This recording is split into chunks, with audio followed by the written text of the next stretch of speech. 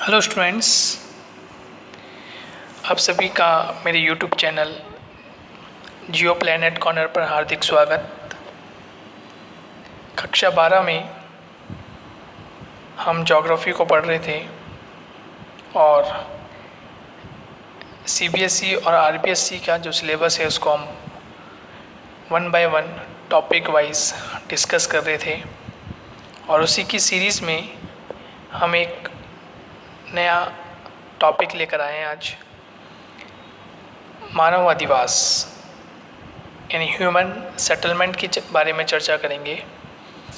यदि आप इस चैनल पर नए हैं तो इसे लाइक, शेयर, सब्सक्राइब करें। वीडियो के नीचे बेल आइकन को प्रेस करें ताकि आने वाले जो भी वीडियोज़ हैं उसका नोटिफिकेशन आपको समय पर मिलता रहे।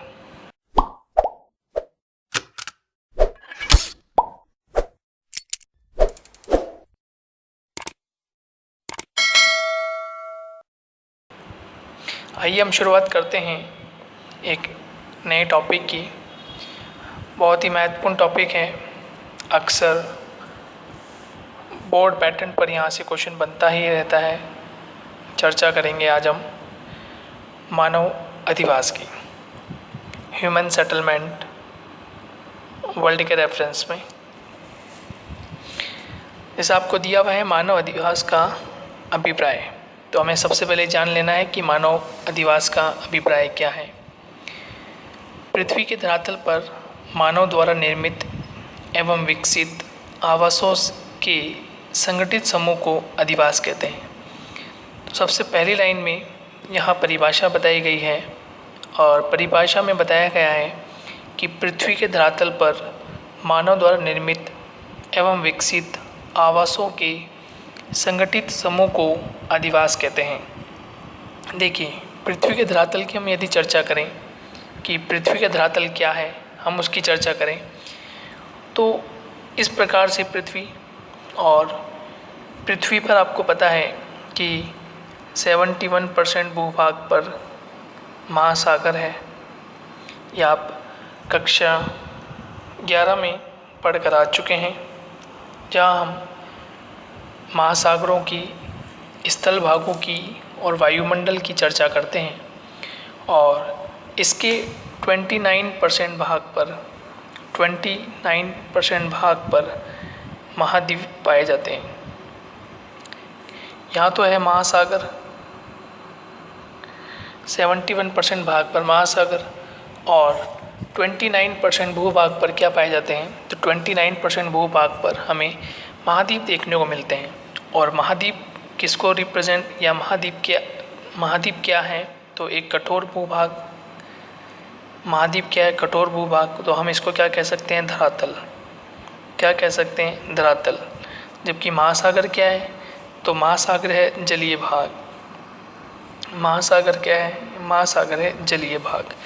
तो धरातल जो है, उस धरातल पर क्या बने हुए? अधिवास। उस धरातल पर मानव के निवास योग्य, मानव को रहने योग्य क्या बने हैं? अधिवास। तो परिभाषा में जैसा बताया गया है कि पृथ्वी के धरातल पर मानव द्वारा निर्मित एवं विकसित आवासों का एक संगठित समूह क्या कहलाता है? अधिवास। तो आपको ये परिभाषा महत्वपूर्ण है, ये याद कर लेनी है।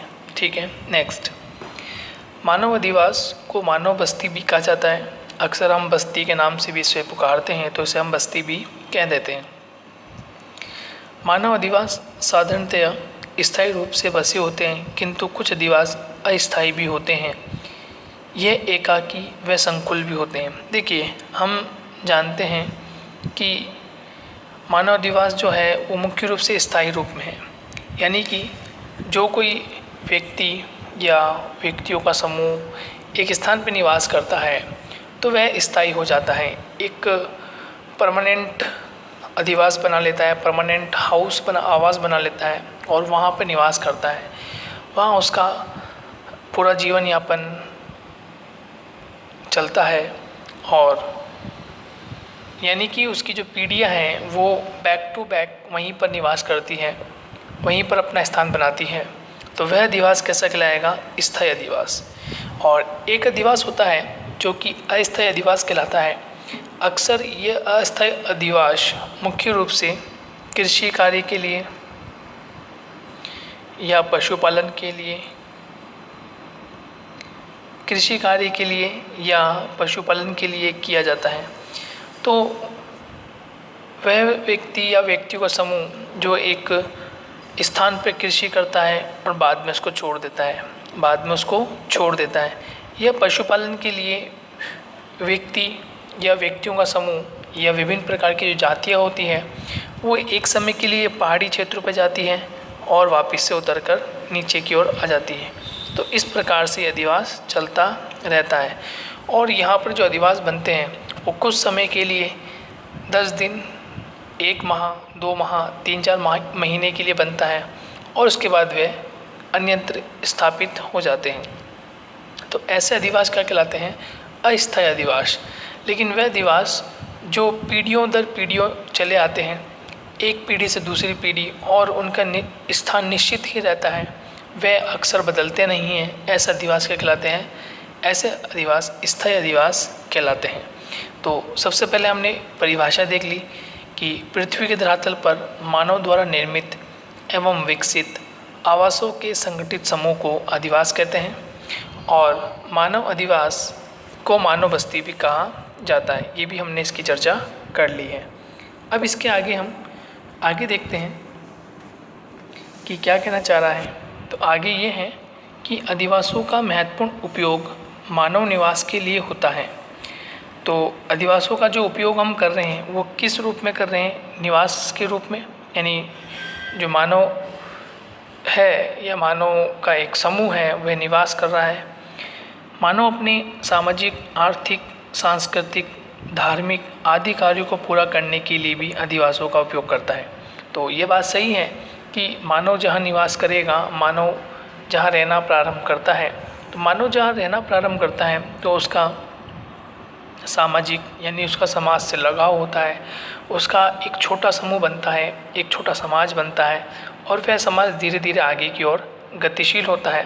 तो वह सभी क्रियाएं जो सामाजिक रूप से घटित होती हैं वह उसी क्षेत्र विशेष में होती जहाँ पर मानव निवास कर रहे हैं, या मानव का बहुत बड़ा समूह एक बड़े क्षेत्र पर निवास कर रहा है तो वे सामाजिक क्रियाकलाप, सामाजिक कार्य हो गए। ठीक है। आर्थिक क्रियाकलाप, अब आर्थिक क्रियाकलाप में जैसे कृषि करना है, पशुपालन करना है, पत्थरों के माध्यम से कुछ पाषाणकालीन चित्रकारी करना है, या कुछ मटेरियल बनाना है, कुछ मूर्ति कला विकसित करनी है, धातुओं के माध्यम से कुछ उद्योग को डेवलप करना है, तो ये सब चीज़ें क्या होगी? आर्थिक गतिविधियाँ हो गई। तो मानव क्या करता है? समय समय पर आर्थिक गतिविधियाँ भी करता है। तो ये आर्थिक गतिविधियाँ भी कहाँ हुई? ये आर्थिक गतिविधियाँ भी उस क्षेत्र विशेष में हो रही है जहाँ पर वह निवास करता है। सांस्कृतिक पहलू भी जन्म लेता है। सांस्कृतिक पहलू कैसे जन्म लेता है कि उसकी वेशभूषा है, खान पान है, रहन सहन है, त्योहारें हैं, ये सभी कहीं ना कहीं उसके जन्म लेते हैं और वह अपना जीवन यापन करता है। और हम इस तरह से भी इसको डिनोट कर सकते हैं कि जहाँ पर वो निवास कर रहा है तो उसकी विभिन्न प्रकार की विविधताओं में भी एकता नज़र आती है, यानी यूनिटी इन डाइवर्सिटी नज़र आती है। जहाँ वे, चाहे वो स्थलाकृतिक रूप में हो, चाहे वे संरचनात्मक रूप से हो, चाहे उसकी जलवायु आवश्यकताएं के रूप में हो, चाहे वे कृषि संबंधित हो, सिंचाई से संबंधित हो, खनिज से संबंधित हो, ठीक है, संचार के साधनों से संबंधित हो, तो ये विभिन्न क्रियाकलाप जो हैं यह मानव के मुख्य रूप से उसकी संस्कृति का पहलू धीरे धीरे बनना शुरू होता है।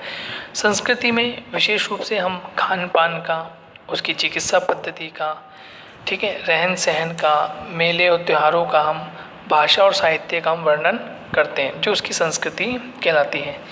उसके बाद धार्मिक, यानी कि किस प्रकार के वह अनुष्ठान कार्य करता है, किस धर्म को मानता है, किस धर्म विशेष की वह पूजा करता है, किस परमात्मा की वह पूजा करता है, ये सभी चीज़ें जो है धार्मिक जो क्रियाकलाप होते हैं वे सभी वहीं पर संपन्न किए जाते हैं। चाहे वो समाज से संबंधित हो, चाहे वो आर्थिक संबंधित हो, चाहे सांस्कृतिक पहलू से संबंधित हो या धार्मिक से संबंधित हो। ये सभी क्रियाकलाप मनुष्य जहाँ कहीं रहता है अपने उस स्थान विशेष में वो कार्य करता है। तो इस प्रकार से कार्यों को पूरा करने के लिए भी उसे अधिवासों का उपयोग करता है। नेक्स्ट, आवास, मकान, घर या निवास स्थान अधिवास की मूलभूत इकाई होती है, जो एक झोपड़ी या भव्य इमारत हो सकती है। तो आवास, मनुष्य जो आवास का निर्माण कर रहा है, ये उसकी मूलभूत आवश्यकता पर निर्भर करता है, मूलभूत इच्छा पर निर्भर करता है कि वह किस प्रकार का आवास बनाता है। चाहे तो वह झोपड़ी नुमा भी बना सकता है, चाहे तो वह झोपड़ी नुमा बना सकता है। झोपड़ी नुमा वो इस तरह से भी बना सकता है, इस तरह से झोपड़ी नुमा भी यह आकृति बन सकती है। या फिर बड़ी बड़ी बिल्डिंग्स जो होती हैं, बड़े बड़े जो महानगरों में हम इस तरह से वन बाय वन हम देखते हैं, तो बड़ी बड़ी बिल्डिंगों का भी निर्माण कर लेता है। तो ये सब जो चीज़ें हैं, ये सब उसकी आवश्यकताओं पर निर्भर करती हैं। जैसा उसका परिवार होगा, जैसी उसका क्रियाकलाप होगा, वह उसी तरह से क्रियाकलाप करेगा, कार्य करेगा। और चाहे वे झोपड़ी के रूप में हो और चाहे वे हम चर्चा करें तो एक बड़ी इमारत के रूप में भी वह हो सकता है। नेक्स्ट, अधिवास मकानों के समूह होते हैं जो 5 से लेकर सैकड़ों वे हज़ारों मकानों के समूह में हो सकते हैं। बस्तियां छोटे रूप में विकसित होकर नगरों में, यानी छोटी बस्तियां जो होती हैं, हम प्राय देखते हैं कि जो छोटी बस्तियां हैं वो छोटी बस्तियों के रूप में लें और उसके बाद वह धीरे धीरे नगरों का विकास होता जाता है, एक वृद्ध नगर बनता है। इसलिए हम देखें कि एक पहले छोटा गांव होता है, धीरे धीरे गांव तहसील में परिवर्तित होता है और तहसील से परिवर्तित होकर एक बड़े नगर का निर्माण करता है। वह नगर धीरे धीरे महानगर में, फिर विराट बड़े नगरों में तब्दील हो जाता है और फिर वह विश्व में अपना आधिपत्य रखता है, विश्व नगर कहलाता है और फिर मिलियन सिटी के रूप में धारण कर लेता है। यानी एक छोटा, यानी झोपड़ी नुमा एक आवास या मानव की वो आवश्यकता जैसे जैसे धीरे धीरे वह बढ़ती जाती है, तो वह ढाणी के बाद तहसील के बाद एक बड़े गांव, विशाल गांव का रूप धारण कर लेता है। फिर वह नगर की ओर विस्तारित होता जाता है, महानगर बन जाता है, विराट नगर में तब्दील हो जाता है, विश्व नगर कहलाता है और फिर वह मिलियन सिटी के रूप में धारण कर लेता है। ये सब एक स्टेज बाय स्टेज, यानी स्तर से अगले स्तर की ओर जाने का एक माध्यम है। किनका? अधिवासों का।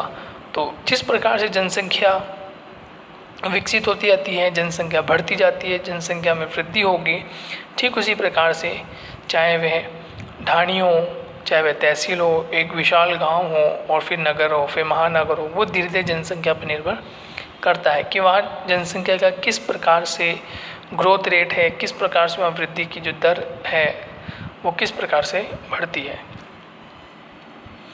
आवासों के परस्पर संपर्क के लिए पगडंडी, गली, सड़क, नहर, परिवहन मार्ग आदि होते।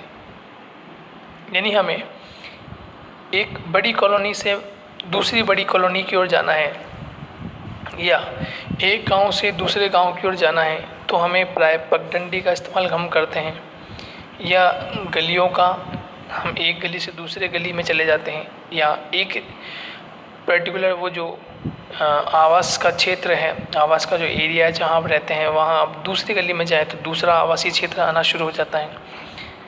बड़ी सड़कों का हम प्राय रूप में लेते हैं, हम एक कॉलोनी से निकलकर हम दूसरी कॉलोनी की ओर या उस कॉलोनी से निकलकर हम मुख्य चौराहे की ओर आ जाते हैं, तो सड़क का निर्माण होता है। फिर उस मुख्य चौराहे से जो उस शहर का जो मुख्य चौराहा है या उस शहर का मुख्य मार्ग है, हम वहाँ आ जाते हैं, तो बड़ी बड़ी सड़कों का निर्माण हो जाता है।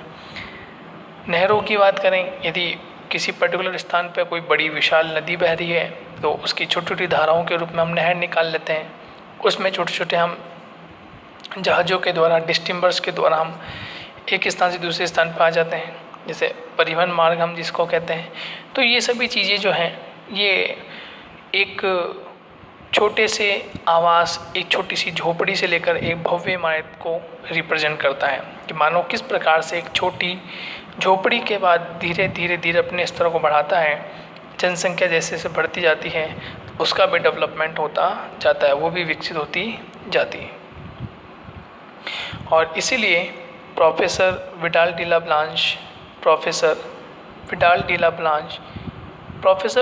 ब्लांच फ्रांस के भूगोलवेत्ता हैं और फ्रांस की भूगोलवेत्ता होने के नाते इन्होंने मानव भूगोल पर विशेष कार्य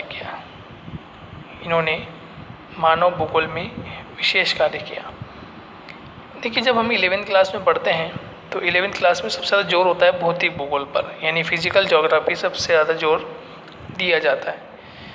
और जैसे जैसे हम फिर 11वीं को पार करके 12th में आते हैं तो वहाँ मानव भूगोल को यानी ह्यूमन ज्योग्राफी को सबसे ज़्यादा जोर दिया जाता है।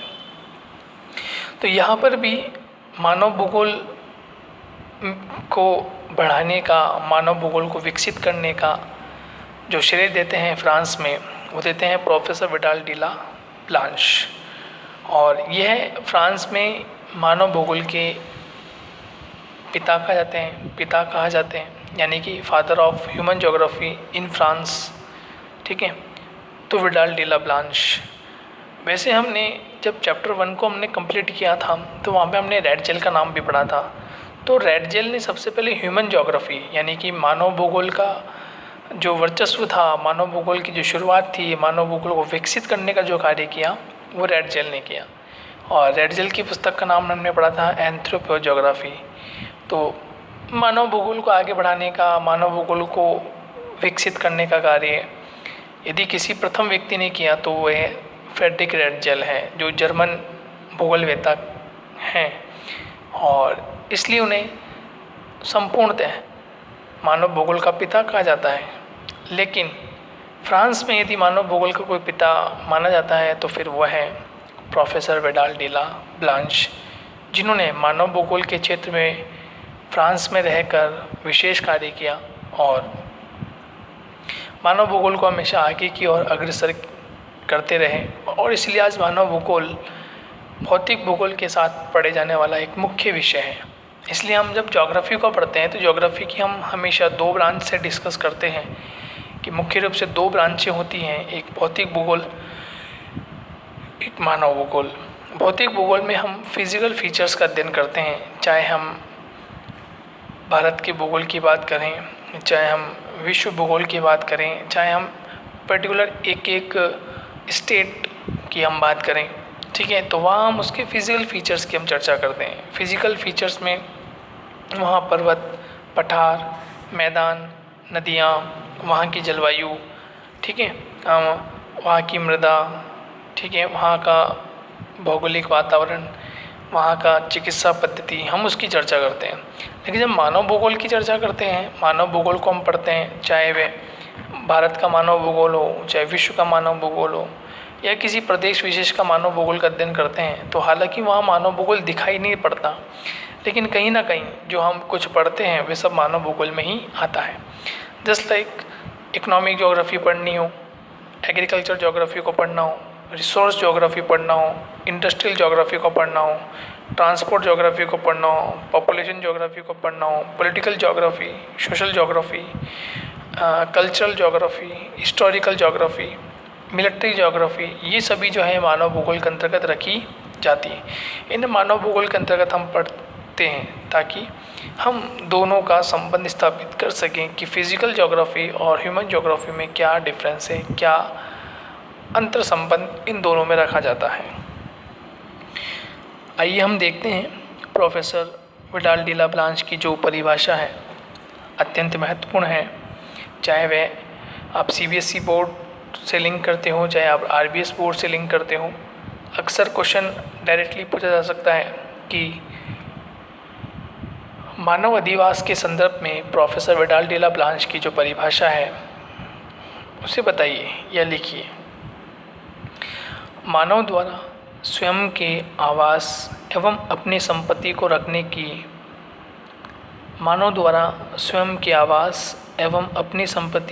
की के लिए निर्मित संरचना से। देखिए कितनी अच्छी और बहुत ही सिंपल परिभाषा इन्होंने कही है और बताना चाहा है कि मानव द्वारा स्वयं की आवाज़ यानी मानव स्वयं बनाता है। हमने पहले भी चर्चा किया था इस पर कि मानव अपनी आवश्यकता के अनुसार, मानव अपने संगठन के अनुसार, मानव अपने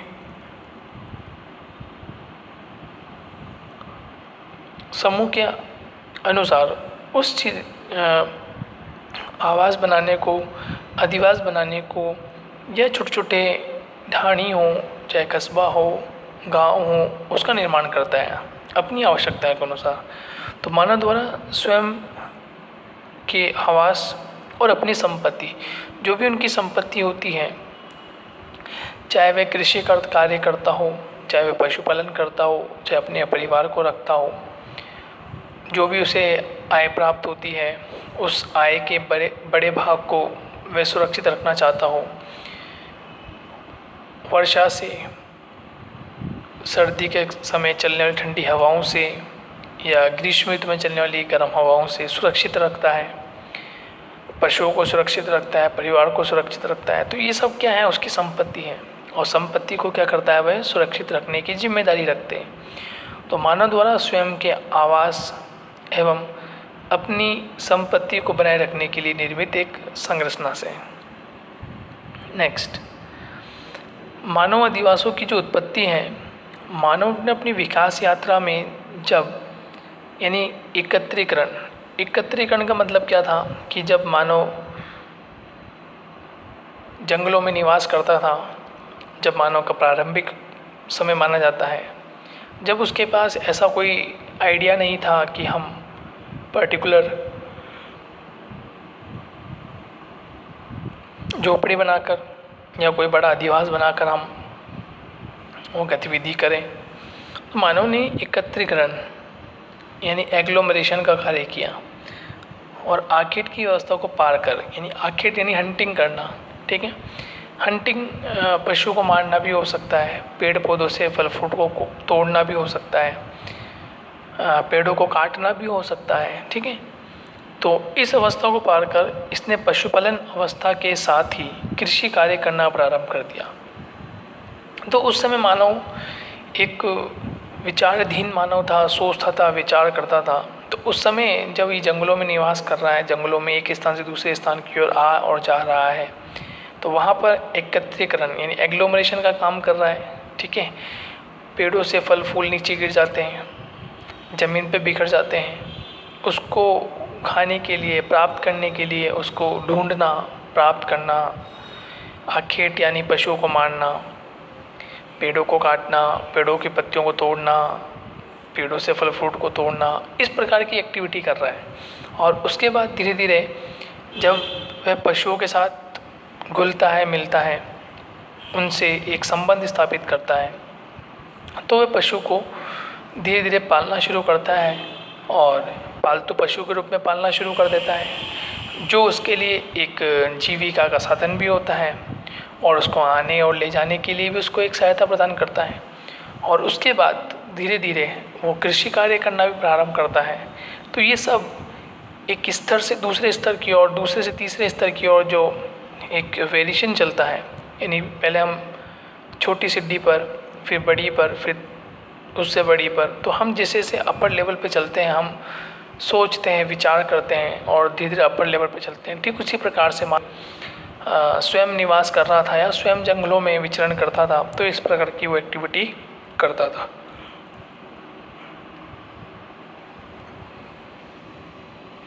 कृषि कार्य करना प्रारंभ कर दिया तो पशुओं की स्वयं की सुरक्षा, अनाज भंडारण के लिए उसे स्थायी आवास की आवश्यकता हुई। प्राचीन काल में भी सभी मानव बस्तियों, पशुचारकों और कृषकों पर आधारित थी। यानी प्राचीन काल में जितनी मानव बस्तियां थी, ठीक है, क्योंकि समय वो आ चुका था जब मानव धीरे धीरे अपने आवास बना रहा था, अपने अधिवास बना रहा था, सेटलमेंट कर रहा था। तो मुख्य रूप से कृषक भी था और पशुपालन भी करता था, तो उससे एक बहुत बड़ी आय उसको मिलती थी, चाहे वह पशुपालन से हो, चाहे वो कृषक के रूप में हो, कृषि की गतिविधियां कर रहा हो, ठीक है। तो जनसंख्या बढ़ने और संघर्ष की स्थिति में सुरक्षा की दृष्टि से आवास की संख्या में वृद्धि होने लगी। अब देखिए होगा क्या, यदि वह पशुपालन का कार्य कर रहा है या वह एक कृषि के रूप में कृषि कर रहा है, तो उससे एक बहुत बड़ा उसको आय का साधन प्राप्त होगा और वह क्या करेगा, उन्हें संगठन करने की कोशिश करेगा। तो ये भी उसका एक प्रमुख साधन हो गया।